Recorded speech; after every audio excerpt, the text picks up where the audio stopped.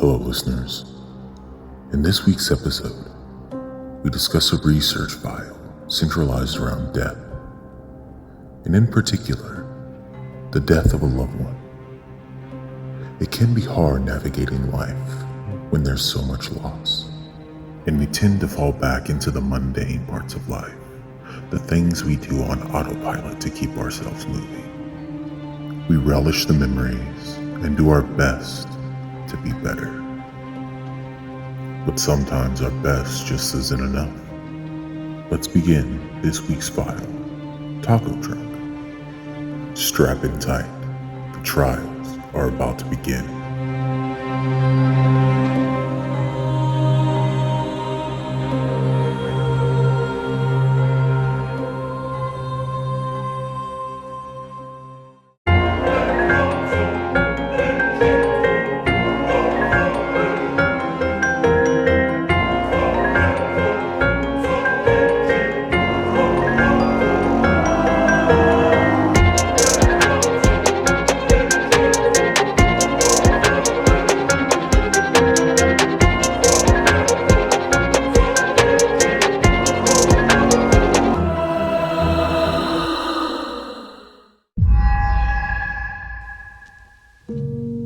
Jared was a bright man with dreams and aspirations to make something of himself, to have a slice of the American dream, a family, a home, and job that kept him safe and secure. But the American dream just wasn't what it used to be anymore, at least not for him. He had already been through more turmoil in his life than most people his age. At 35, Jared was already 1 year into being a widow, losing the love of his life, Evelyn, and promptly ending his drive and motivation to make something more of himself. And for 7 years before he lost her, he has been stuck at the same company, working a draining 9-to-5 desk job, hating every minute of his existence and just wanting to find a way out, but not wanting to do the necessary things to create the change he needed.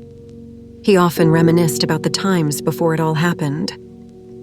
At one point in his life, he was ready to leave corporate life and start a business with Evelyn, to take a stab at entrepreneurship and hang the proverbial hat up at this soul-sucking and all-consuming job where he made the company and shareholders hundreds of millions of dollars, and he walked away with only peanuts.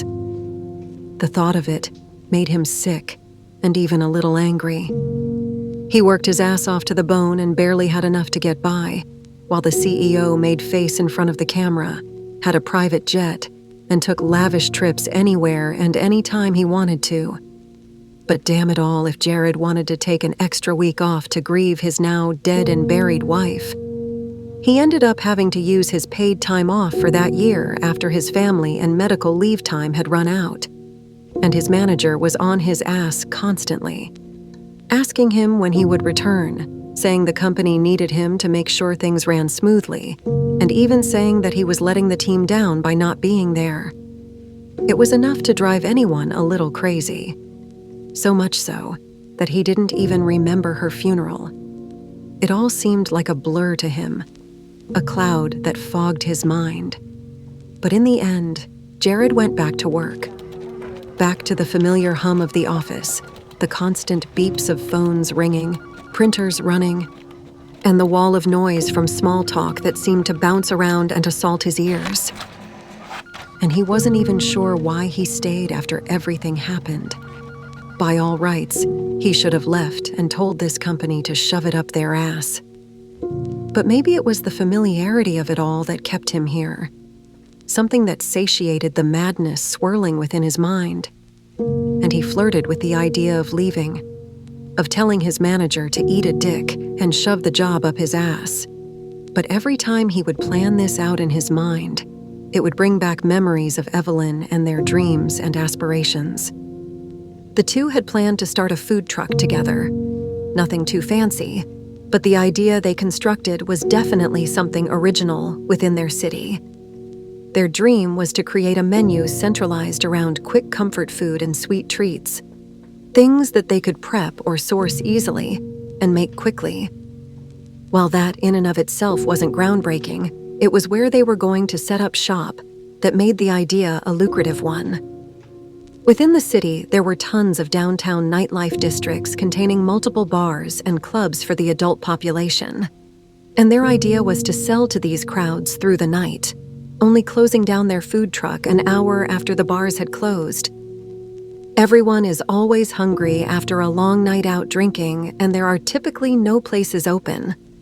And the places that were open at this time, you would have to drive to, which endangered everyone on the road. So they would set up shop where the people would be and offer them food that would satiate their hunger and maybe even sober them up a bit before they went on to do whatever they were going to do that night. Jared had wanted a taco truck, or maybe even a mobile donut stand, just something new and inventive where the two of them could take on the world together. Evelyn argued that taco trucks were overdone and that donuts would take forever to prep and get ready. She wanted something simpler and greasier, maybe a burger or barbecue menu filled with quick and easy sides like mashed potatoes, French fries, and corn. The two had never really landed on a precise food offering, but they were both saving to get the dream started. But now, Jared had lost all his passion in life. He just kept his head down and worked, fulfilling someone else's dream. His dream died with Evelyn. Jared looks over to the one personal effect he can have on his desk. It is a picture of her, one he took, the day she graduated college. She was in her black robes and cap, the college's name embroidered across her smock, and she posed in her own way, the way that showed who she really was. Her face scrunched up, tongue stuck out to the side, and body contorted in an awkward angle. That was her, always goofing around, letting her silliness shine brightly for the world to see. She was the other half of him that he needed, the light at the end of the tunnel, and everyone who saw them together could see it. Hell, they would even mention it to them. How good they looked together. The two of them were the it couple, both of them stunningly attractive, college sweethearts that followed the near-perfect timeline as dictated by society. They dated, they graduated college, got big kid jobs, were married, and then bought a house together. They would take trips, see the world, enjoyed mountain biking and going to the movies on the weekend. Their lives were perfect, and they were ready for the next big step, albeit trying for a baby or starting a business. And that next step never came to fruition. Jared forced himself to look away from the picture. If he could, he would stare at it for hours, just reminiscing. And that is when the thoughts started to flood his mind. She wasn't supposed to leave him. That wasn't on their to-do list. They were supposed to create this life together and grow old, leaving behind a legacy and a colorful story that would be told for years to come. However, every day since she was gone, that story seemed to gray, and life became meaningless to him. He checked the time on his computer, ready for this mind-numbing day to end, and noticed an email from an address he didn't recognize. Well, that's strange. The email just said, "I miss you," as a subject line. And the body of the email just has the letter E. Someone must have sent this to me by mistake. I've received wrong emails in the past, but usually I can tell who they are supposed to go to or where they were based from by the signature line. Nope, no name. Nothing in the email itself to even give me an inclination on who the hell this is. I'll just tell them they sent it to the wrong person. I am so sorry. I believe you have the wrong email. There, done. Now it's time to get the hell out of here. This job is a night. A reply came back immediately. The email read, "It's me, Jer Bear. Evie. Is that really you?" Jer Bear? That's the nickname Evelyn gave me in college. It was a joke name that we had. We both hated pet names that couples gave each other, like Honey Dear and Babe. But at some point, the joke Jer Bear turned into a real nickname that stuck. Also, the email is signed Evie. Who would write that? I'm the only one that ever called my wife Evie.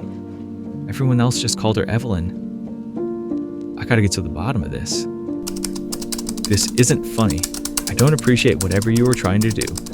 Please do not message again, or I will have to go to HR about this. What a fucking douche. I need to pack and get out of here. Jared, it really is me. I'm not trying to scare you, but I miss you, and I thought we could connect this way. I can't believe it actually worked. What does that even mean? We could connect? Evelyn is dead. Don't you miss me? This is amazing. I never thought I would talk to you again. I know I should ignore this. It can't be real. Evie is gone.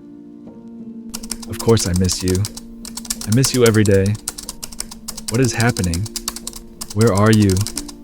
How is this possible?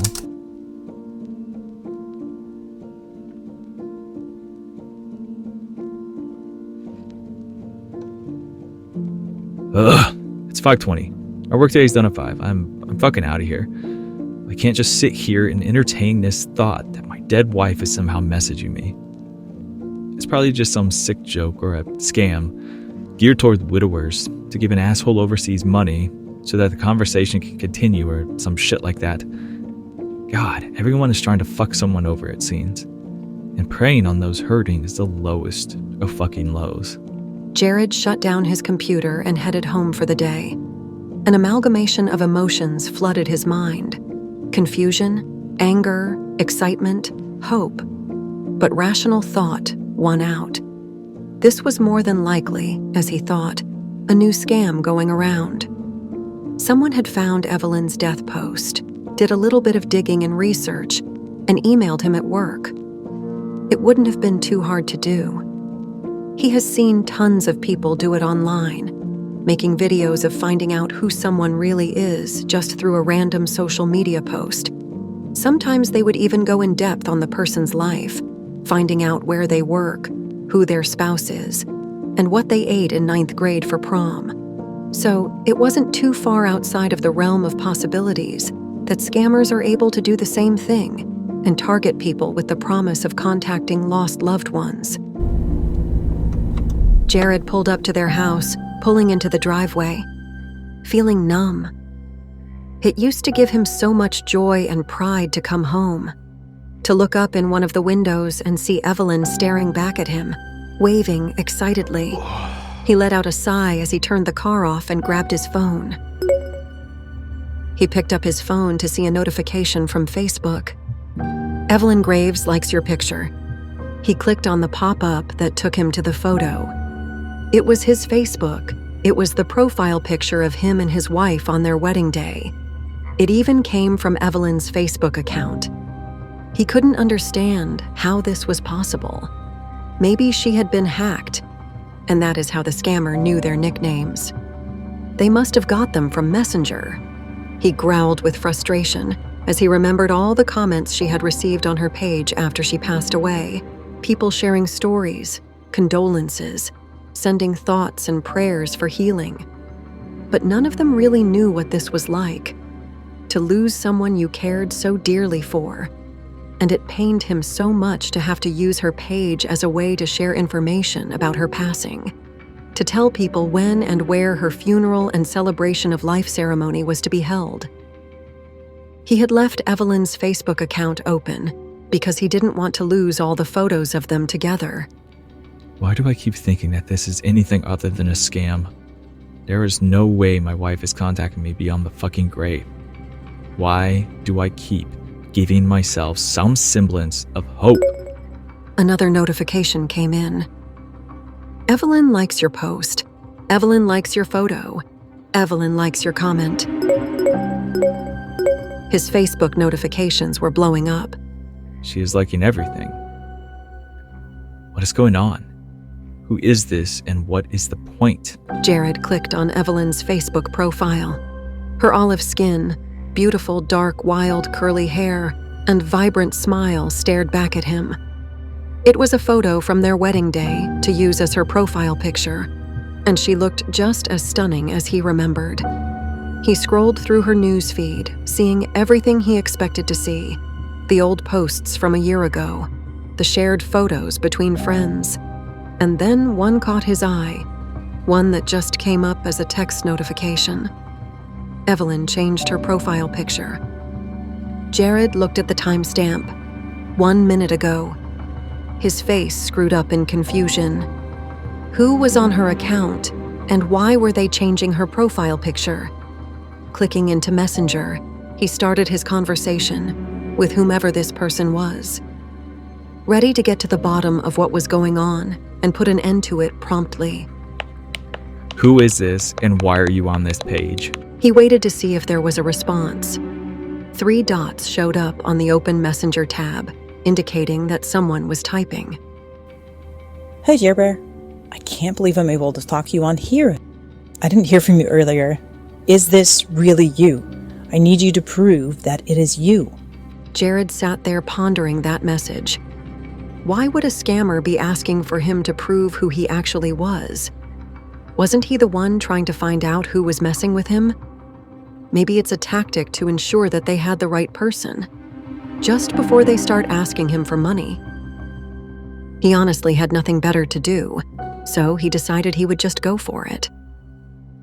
There wasn't anything to lose, and if they asked for some sort of payment, he would just end the conversation and reach out to the app's developers to shut it down. Okay, I'll play along with your little game here. My college garage band was called the Vanguards. Now it's your turn to prove you really are Evie. What was my stage name in that band? Logan. Logan of the Vanguards. What the fuck?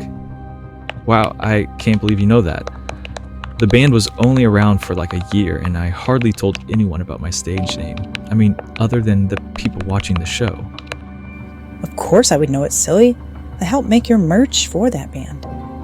I was your biggest fan. Remember when you guys thought you needed a professional photo taken for the album cover, and you drank so many energy drinks that day that you almost pooped your pants? Jared laughed at that memory. It was so many years ago. He chased the dream of being a professional musician, and Evie was with him every step of the way, pushing him to do everything he could to make his dream a reality. She believed in him when he himself couldn't, and he loved her for that. A tear fell down his cheek, and he quickly wiped it away. Something happened then, his skepticism wavering and hope filling his mind. What if this was really her? What if she somehow is contacting him from the afterlife? He didn't believe in any of that nonsense, but this was beginning to feel more real by the second. Sniffling, he continued the conversation. Yeah. When I made it to the bathroom, I dropped my sunglasses in the toilet. Those were for sure dead to me after that. Jared stopped at his own phrase. Dead to me? Ugh. He was so caught up in this miraculous chance to talk to Evelyn, he almost forgot how unusual this all was. He went back to the notification within his tab, stating that Evelyn had changed her profile photo and clicked it open. The photo was no longer her on her wedding day. No more blurred-out trees in the background, where shimmering light flowed through their branches like stars. No more perfect smile or flowing white wedding dress. It was now a picture of Evelyn standing alone in front of a food truck. She was wearing a soft smile, and her hair was pulled back in a messy pony. His heart began to race as thoughts of her still being alive somewhere flooded his mind. But that was impossible. He looked at the name of the food stand, 2 a.m. Tacos. Jared gasped. He couldn't believe it. What? Where was this photo taken? When was it taken? 2 a.m. Tacos was the name Evelyn and I tossed around for the food truck business.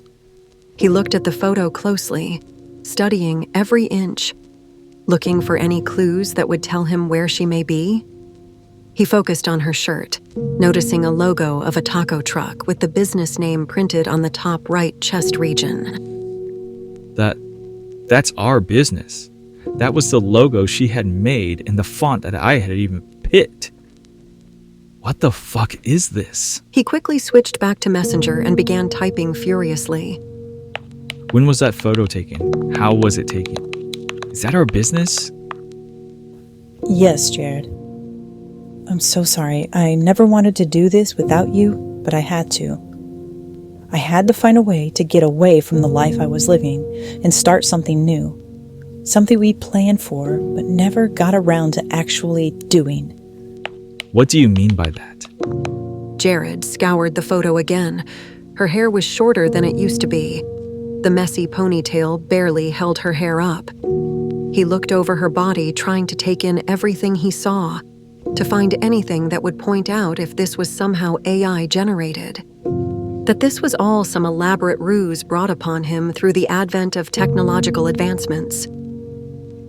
But nothing stuck out. She had on her black logo printed shirt, black pants, and, he stopped, bright yellow shoes. Jared thought back to the day Evelyn died. It was a Sunday morning, and Evelyn was supposed to go out for a bike ride. He wasn't able to go with her due to an early morning meeting with some investors in China. The route they took brought them through the woods by their property and pushed them out into the outskirts of downtown.